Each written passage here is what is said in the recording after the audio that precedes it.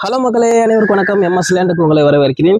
இப்போ நம்மள்ட்ட ஒரு 10 பிளாட்டு கிட்ட சேலுக்கு வந்திருக்கு. பரமக்குடி சுற்றுவட்டார பகுதியில் சேர்ந்து, அதாவது நாகநாதபுரம், பெரும்பச்சேரி, குணப்பனந்தல், மணிநகர், சோமநாதபுரம், அதே மாதிரி அந்த காலேஜ், ஆர்ட்ஸ் காலேஜுக்கு பின்னாடிலாம் நிறைய இடங்கள் சேலுக்கு வந்திருக்கு.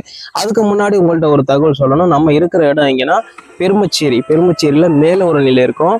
அதாவது இந்த இதெல்லாம் பார்த்தா உங்களுக்கு தெரியும். இந்த தெரியுதா? இது வந்து குறுங்காடுன்னு சொல்லிட்டு மரங்கள் வளர்த்தாங்க.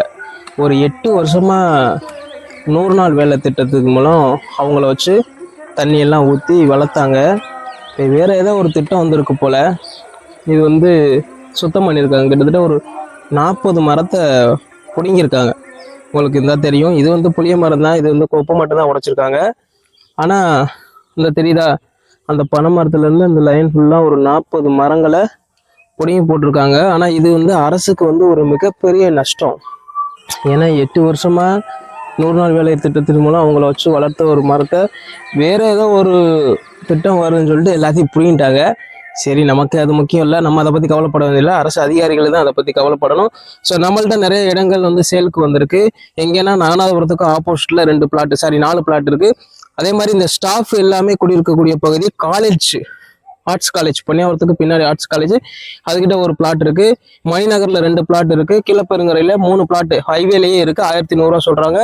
அதே மாதிரி நாகநாதபுரத்துக்கு பின்னாடி ஃப்ரண்ட்லயே, அந்த ஆர்னிக்கால ஃப்ரண்ட்லயே வந்து 2 பிளாட் வந்து அப்ரூவலோட இருக்கு. புறம்போக்கு இடங்கள் முன்னாடி இருக்கு. ஏதாவது வண்டி கிண்டி நிப்பாட்டினா அதை யூஸ் பண்ணிக்கலாம். அதனால இடங்கள் இருக்கு.